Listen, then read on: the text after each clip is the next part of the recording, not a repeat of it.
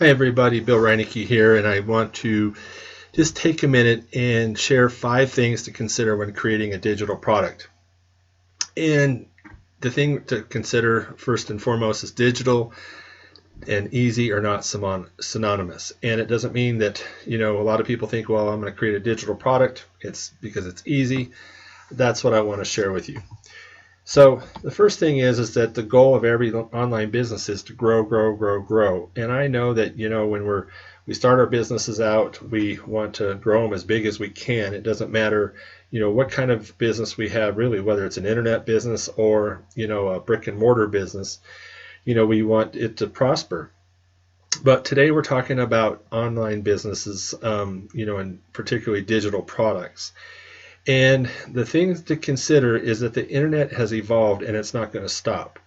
And it, isn't the same as it was, in the year 2000. So much has changed in the last year. And again, that's not going to stop. The thing about it too is consumers are more savvy today than they ever have been. And that's not going to stop. They want quality. And so the thing about that is that, I hear stories that, back 17 years ago, at the turn of the century, you could put up a squeeze page or a product page and send some traffic to it, and people would buy all day long, and, it was just really not much to it. Well, I wasn't around in the business then, but I know that that is not the case today. And people want quality. They don't want junk. They don't want, an information product that's just simply rehashed. And the truth of the matter is there's nothing new under the sun. And if you do an information product, there's something out there that's similar to it, but you need to consider putting value and quality in there. And then the other thing is that consumers are leery. They want to trust, and they are leery of buying something if they don't trust. So we have got to build a relationship with our customers today and build a rapport, and really demonstrate our integrity for them and make them comfortable in doing business with us. And so, before we can even move into the business and be successful, no matter what we've got, those are the first things to consider. Now, when people hear digital, they automatically think easy. And digital and easy are really not synonymous. And just because a product is physical, it doesn't mean that the invention of it is any less labor intensive than a physical product. So because a digital product, doesn't have any physical aspects of it, it still takes a lot of work. And I'm working on a training right now that, I guess by all intents and purposes, I could release it and launch it here in the next day or so. But I have decided that I'm going to go back and rework a lot of it, and just to increase the quality.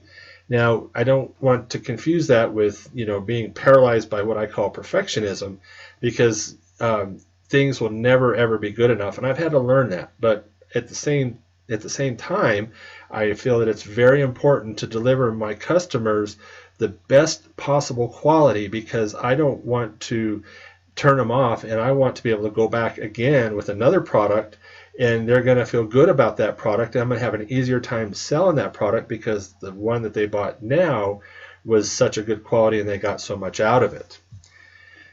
So there are some advantages to digital products, and the first one is that there's low overhead cost.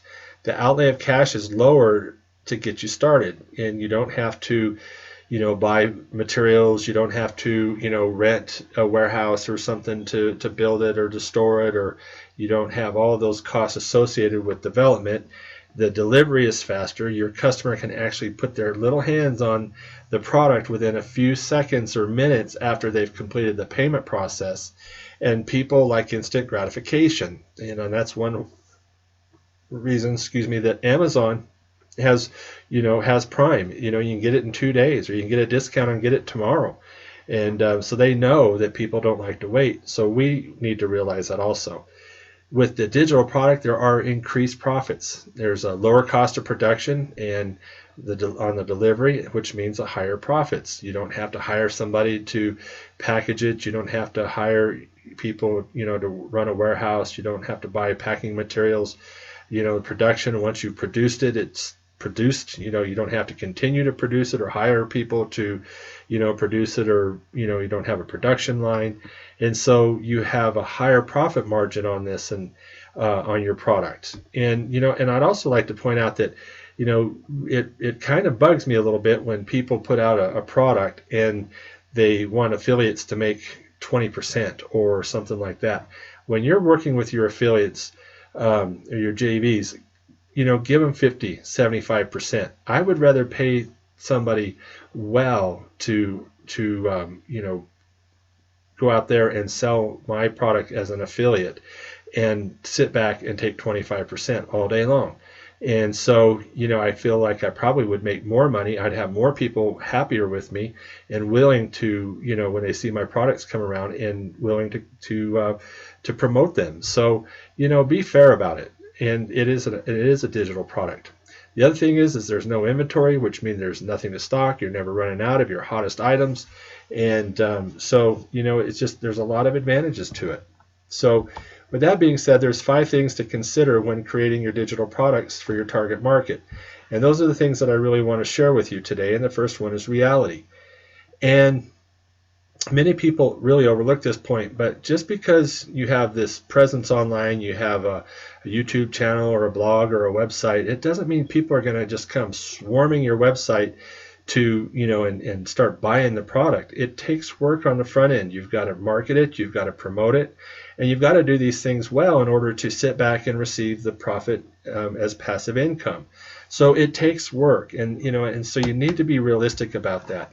And I hear people all the time, creating a product, and they're counting their chickens before they hatch. And while it's entirely possible, to make the kind of numbers that people would like to make, I don't think sometimes they're realistic about the work that they've got to put in up front.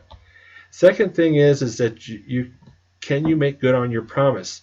And so before you can create the product, you're going to need certain tools. If you're doing video, do you have the necessary video equipment?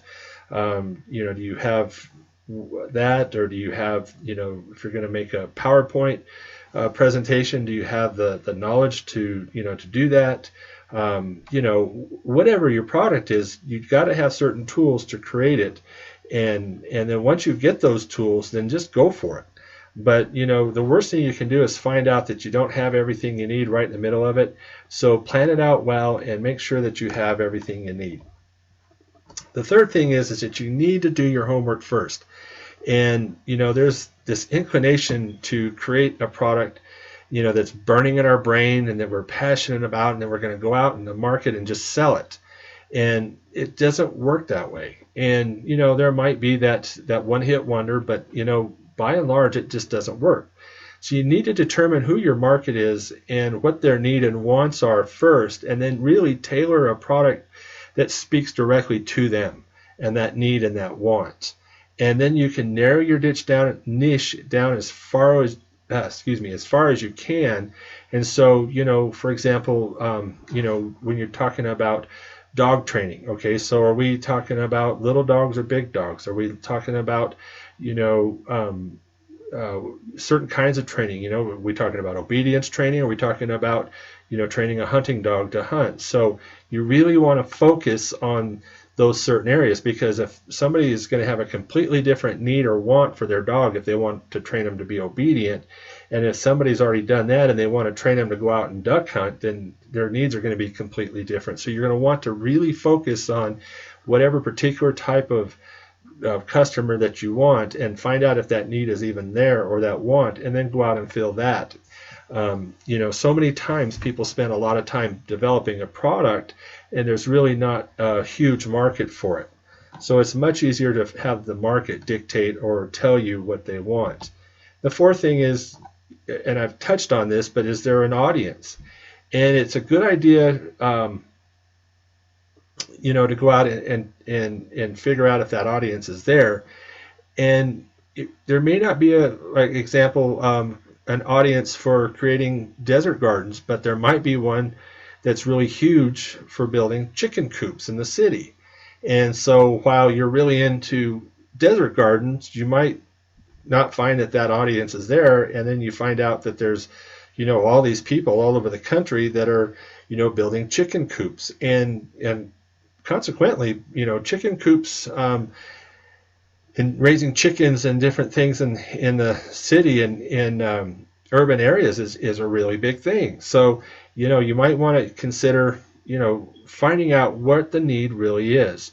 And no matter how well or written or your ebook is, or how well produced your video training is, if you don't have an audience, nobody's going to be reading it or viewing it. So it's really important that you find your audience.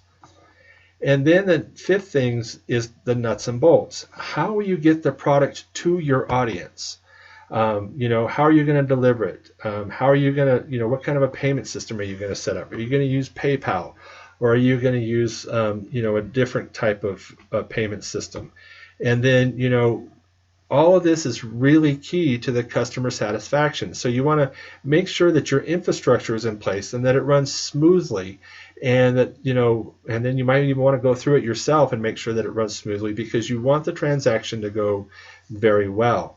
And so you want to make sure that the nuts and bolts are in place before you actually get out there and you have people coming and buying your product. It's probably not a bigger disaster than to have people coming and to your shopping cart and find out that it's not working and that things aren't going smoothly. And and I've heard of this, and people launch a product and they've got their servers almost crashing because there's such a demand, but nobody can complete their order. So I can't stress that enough. You don't want to have that breaking down on you. So make sure that the nuts and bolts and the working parts, the moving parts of your shopping cart and your product are all working very well.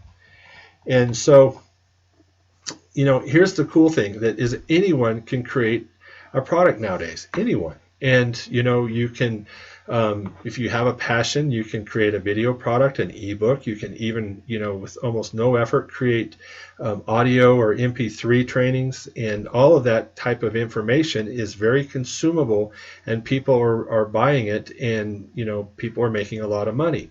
But you just have to be mindful that if you expect people to pay for what you're offering, you have to give them value. And not only give them value, but you need to over-deliver. And I can't stress that enough. And so we've got people in the marketplace and the internet marketing space who are trying to just slop stuff out there. And and I'll give you a quick example, and that's PLR. PLR is good stuff, but you have to learn to repurpose it in such a way that it position it in a way that you're delivering a quality product. You can't just take it off the shelf very often and just schlep it out there and expect people to pay for it. Your returns are going to be really high. Your integrity is going to be jeopardized. And so you can take that PLR product and you can repurpose it. You can add to it, enhance it, and really make it your own and provide value and quality, and then over deliver with lots of bonuses. And and again, don't be stingy with your bonuses, because they're digital products, and people like getting digital products or information, and who cares if it sits on their hard drive and collects dust, as long as you're getting your main product out there. And that's what you really want to focus on. And so these are just 5 things to consider.